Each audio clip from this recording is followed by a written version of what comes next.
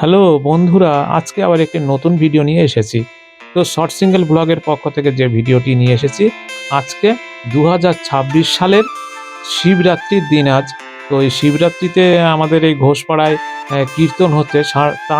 ছাড়াও এখানে যে শিব মন্দিরের মধ্যে সবাই যে যার মতো ব্যস্ত আজকের দিনে।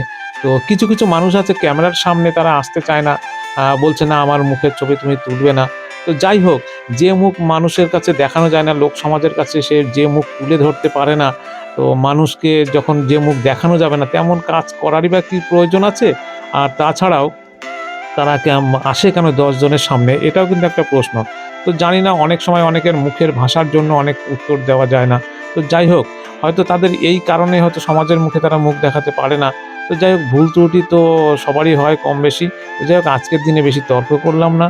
তো শিবরাত্রির দিনে এমন একটা কথা না বলাই ঠিক। তো যাই হোক, তোমরা দেখো, ভালো লাগলে অবশ্যই সাবস্ক্রাইব করবে।